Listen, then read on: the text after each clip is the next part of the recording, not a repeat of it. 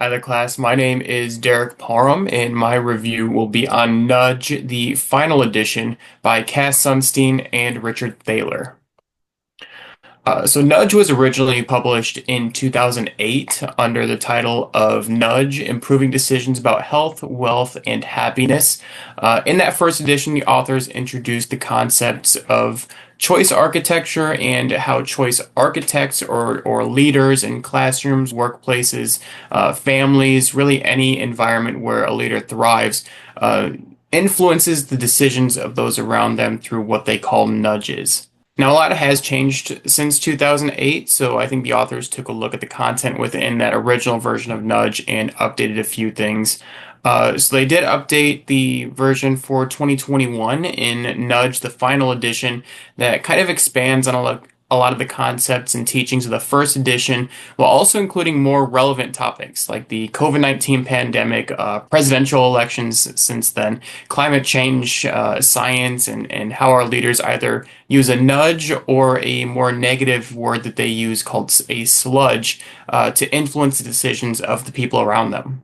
So it's brought up a few times throughout the book that a nudge is not synonymous with manipulating the people around you. Choice architects are typically leaders in whatever setting that they are found in. So whether it's a manager, a director, anyone that is creating the culture of their workplace, classroom, or family are what are called choice architects. And they have a responsibility of creating a culture of positivity and uplifting decisions that have the greatest positive impact on that environment, whether it's across a company or across a family. And choice architects use nudges to do that, to create that culture. So when a difficult choice needs to be made, a choice architect is going to create the framework around that choice. That can include factors like determining what the default answer is. They go into a lot of detail in the book on that people will typically choose the simplest or default option in front of them. So when that option is presented first or in whatever order that choice architect thinks is most beneficial, they may make the most ideal choice the default choice. It can also include factors around that framework that like the order of potential solutions that they're presenting, or it could be the complexity of the problem. They can choose to make it a very simple problem where there aren't many solutions and you really need to choose one or two, or a very complex issue that they want to bring to someone's table. But they bring that to the person that they want to make that decision. And by creating that framework, they are nudging that person towards an outcome that the choice architect thinks is going to be the best option for everybody involved. And that can be company-wide, that can be family-wide, that can be for everybody in the classroom. They're setting that person up to make a choice that has a lot of good. Now, in a perfect world, that decision is made correctly by the person that the choice architect has set up. And there's a large scale impact. The person that made the decision, not the choice architect, receives the accolades, receives the pat on the back, receives recognition from the people around them for that choice. And through repeating that process, the authors say that leaders create a culture in a workplace or really in any setting where choices that lead to the most possible good are heavily incentivized, especially socially. People feel empowered to not only make decisions, but to make the decisions that do the most good. Now, where the authors really try to focus heavily on that this is a nudge and not manipulation is that leaders should not be creating any scenario that they would not be willing to publicly defend.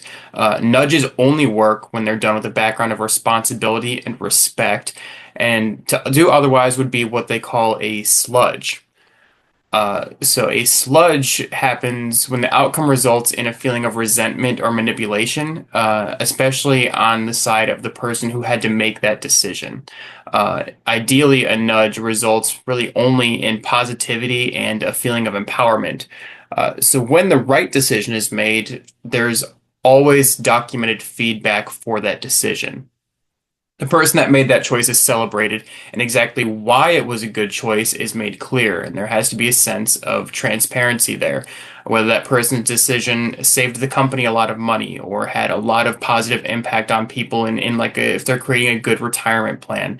if it saved the company a lot of resources or time in the decision that they made. Uh, those are measurable factors that should be made clear when that person's being celebrated, especially to the people around them, because that decision impacted them as well. Now, if the quote wrong decision is made, if the person doesn't choose the option that maybe the choice architect thought they were going to choose, there shouldn't be any level of manipulation or coercion towards that option. Maybe the wrong decision is made, and that's okay, but that's still documented. Maybe that person cost the company time or resources or money. And that's documented as well, not necessarily to shame the person, but to hold them accountable and let them know that none of us are infallible. This is a learning opportunity, and here's how we should move forward in the future. And that also reinforces a culture of transparency and respect. At no point are we all going to be perfect beings. We're not always going to make the right choice. And when we make the wrong choice, which we always will in some scenario, it's a learning opportunity and not necessarily a situation where someone is put up on a pedestal and shamed for that decision.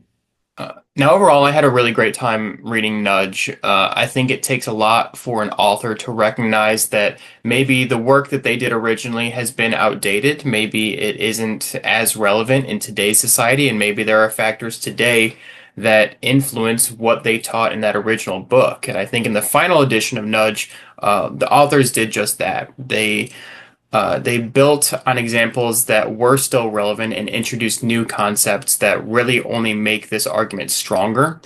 They acknowledge the potential limitations and the potential for a nudge to be used as a form of manipulation rather than a form of empowerment. Nudge can very easily shift into manipulation, like I said, and that is acknowledged, and answers to that are also presented. I think nudges work best when there is already some level of a culture of trust and transparency and honesty in a workplace. They work best when nobody feels like they've been taken advantage of. But if there's a boss in an environment that already has a history of taking advantage of people and putting their own needs first, then it may be difficult to implement a nudge into that workplace. I think these work best when you already feel that the leaders around you have your best interest at heart. A nudge should be guidance from a trusted leader, not an external source of a power move from somebody that already holds that level of distrust.